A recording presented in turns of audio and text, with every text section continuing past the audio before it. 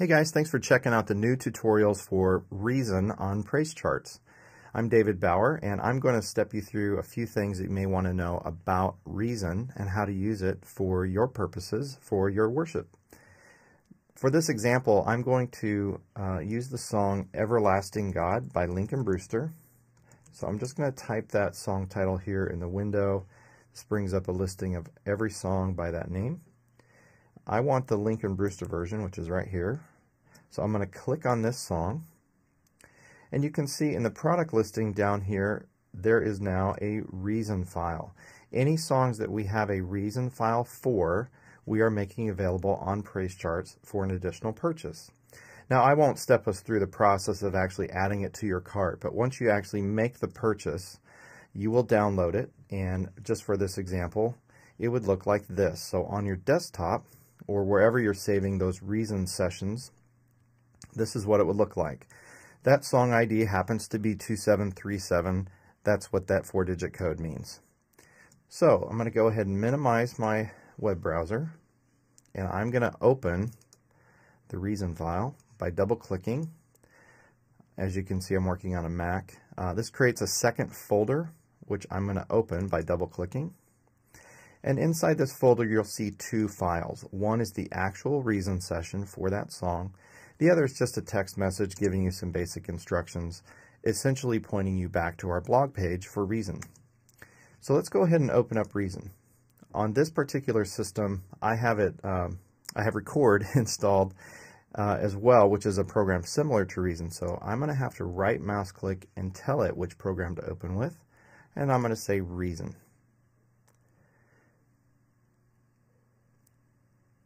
One thing that these sessions may do is ask for additional sound files.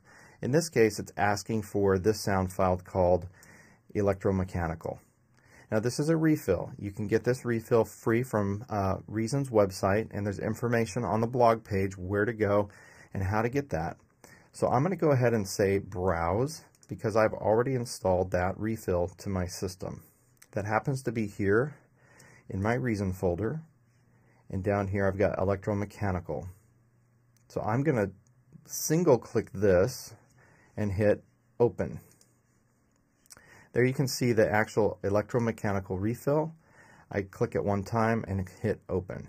And what this is doing is adding those sound files to the session so everything will sound correctly. The next thing it's asking for is the vocal cues that I recorded.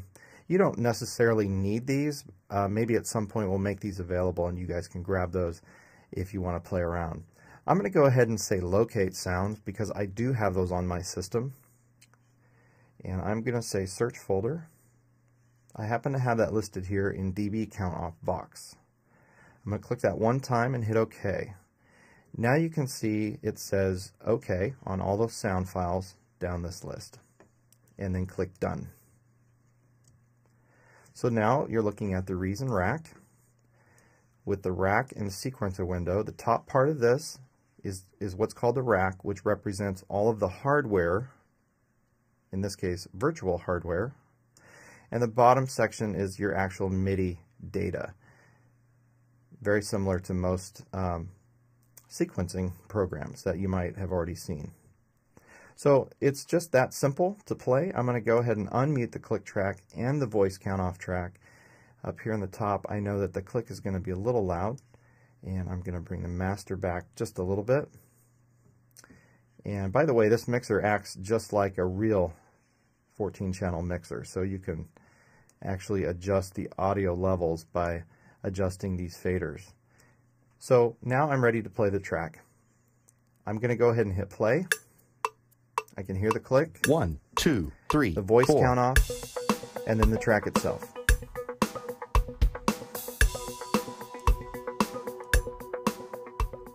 Now I'll get into this in greater detail in the tutorials that will be after this one.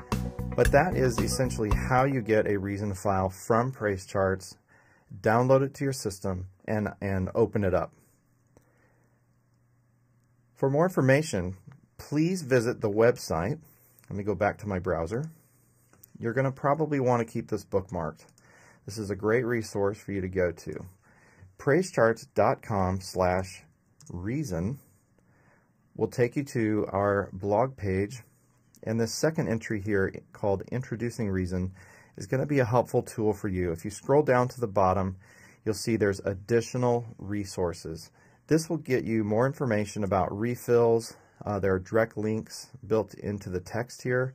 You can see that link for the Electromechanical 2.0 refill, and you can click this link here to go straight to that particular source. And then there's other places you can go. Certainly there are people out there who are great teachers and professionals that work with Reason and all kinds of audio video software. If you want to check into a great resource, it does cost some money. Mac Pro Video is a great way to go if you want to have some real hands-on, in-depth tutorials.